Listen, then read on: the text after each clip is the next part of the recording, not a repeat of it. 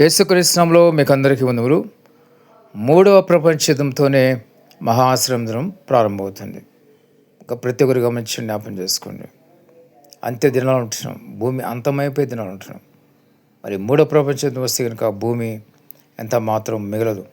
భూమి తునాతునకలైపోతుంది. దేవుని వాక్యం చూస్తాం, భూమి తునాతునకలైపోతుంది, భూమి బద్దలైపోతుందని దేవుని వాక్యంలోనేది గమనించిన ప్రతి ఒక్కరు కూడా. భూమి తన స్థానం తప్పని దేవుని వాక్యం. మరి చైనాలో ఆ మధ్యకాలంలో మరి ఒక పెద్ద ప్రపంచంలో అతిపెద్దదైన డ్యామ్ కట్టినప్పుడు, అంటే అక్కడ వాటర్ స్టోరేజ్ చేసినప్పుడు భూమి 1 ఇంచు జరిగిపోయింది, బ్యాలెన్స్ తప్పింది అని చెప్తున్నారు. మరి ఆ విధంగా ఉన్నప్పుడు అణువు యుద్ధం వస్తే, అణుబాంబులు వేస్తే కనుక భూమి తన స్థానం తప్పిపోయి ఎంత దూరం సూర్యునికి దూరం వెళ్ళిపోతుందో తెలియదు.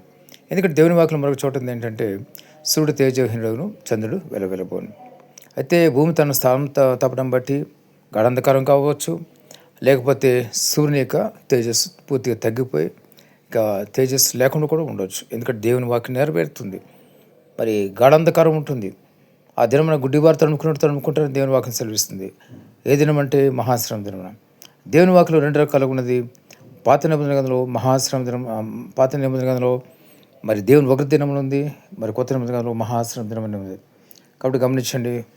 మరి మీకు ఇంకా ఆసక్తి ఉంటే కనుక బైబిల్ని మీరు చక్కగా ధ్యానం చేయండి. ఆ సమయంలో మీకు దేవుడిని కూడా తేటగా బయలుపరుస్తాడు. కాబట్టి మీరు చేయవలసిన ఏంటంటే సిద్ధంగా ఉండాలి. సిద్ధంగా ఉంటే కనుక మీరు రక్షించబడతారు. మీ పాప నిమిత్తం పశ్చాత్తాపం కలిగి ఉంటే కనుక దేవుడు మీకు క్షమించి పరిశుద్ధపరుస్తాడు. యేసు రక్తం మీ పాపలు కట్టుకోండి. నేనే మార్గం సత్యం జీవన దేవుని వాక్యం చూస్తున్నాను. కాబట్టి ఆయన ద్వారా తప్ప మరి మార్గం ఎక్కడ కూడా లేదు. కాబట్టి ప్రతి ఒక్కరు గమనించండి, సిద్ధపడండి, ఆత్మలో పరిశుద్ధంగా ప్రయత్నంగా జీవించండి, యేసుక్రీస్తుని అంగీకరించండి. పరిశుద్ధంగా యేసుక్రీస్తు అంగీకరించే పరిశుద్ధంగా ప్రయత్నం జీవిస్తే ప్రతి మానవుడు కూడా పరలోక రాజ్యానికి వెళ్తాడు. లేని ఎడల యుగయుగంలో మండుచున్న అగ్నిగోళంలో వేయబడతాడు. ప్రతి ఒక్కరు గమనించండి, జ్ఞాపం చేసుకోండి.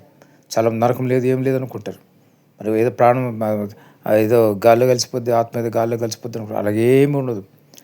మనిషి ఆత్మ ఎప్పుడు యుగయుగంలో జీవిస్తుంది. అయితే నరకమా లేదా పరలోకమా?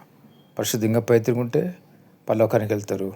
పరిశుద్ధంగా పవిత్రంగా లేకపోతే కనుక నరకానికి వెళ్ళిపోతారు. అది కూడా యేసుక్రీస్తు అంగీకరించి పరిశుద్ధంగా ఉంటే మరి పరలోక పట్టణానికి వెళ్తారు. గమనించండి, ఆలస్యం చేయవద్దు. మరి దేవుని భయంకర ఉగ్రత దినాలు రాబోతున్నాయి. మరి అనేక చోట్ల మరి చైనాలో చూసినట్లయితే మరి తుఫాను వచ్చి, వరదలు వచ్చి, అదేవిధంగా వెన్ని రోజులు చూస్తే భూకంపంలో కొన్ని లక్షల మంది, అది భారతదేశం మీదకి ఎప్పుడైనా సరే ఉగ్రత మరి దేవుని యొక్క ఉగ్రత రాబోతుందని చాలామంది చెప్తున్నారు. అది ఒకటే కాదు, భూకంపాలు వస్తాయి కూడా చెప్తున్నారు. కాబట్టి సిద్ధంగా ఉండండి. దేవుడి మాటలు దీవించును గాక. ఆమేన్.